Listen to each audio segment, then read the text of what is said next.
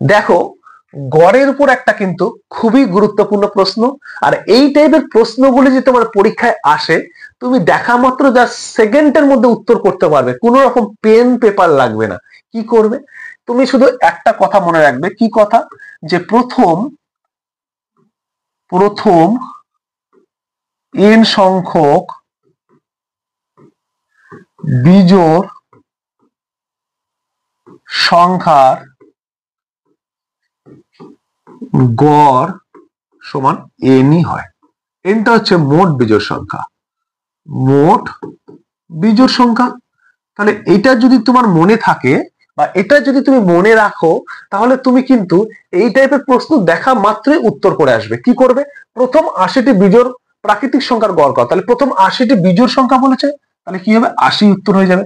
Option number B. যদি বুঝে গেছো, তাহলে তোমার জন্য একটা প্রশ্ন আছে। দেখো, এই প্রশ্নটা সঠিক উত্তর কি হবে, প্রত্যেকে কমেন্ট করে যাবে।